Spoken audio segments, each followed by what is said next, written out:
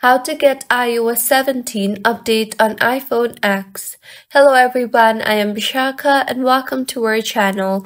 I will take you through the step-by-step process on how to get iOS 17 update on iPhone X. Now let's get right into the tutorial.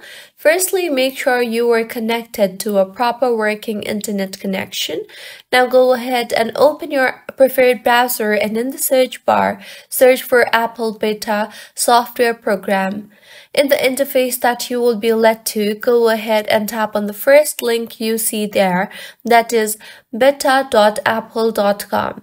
Now scroll down until you see the sign in option and tap on that. You will be asked to enter your Face ID, so tap on the continue button and further enter your Face ID. You will then be led to the terms and conditions, so go through it briefly and tap on the agree button. Now under get started, you will see the hyperlink for enroll your iOS device.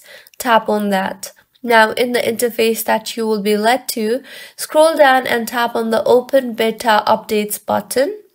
You will now see the beta version in your iPhone, so go ahead and tap on either public beta or developer beta and you will get the update in your device.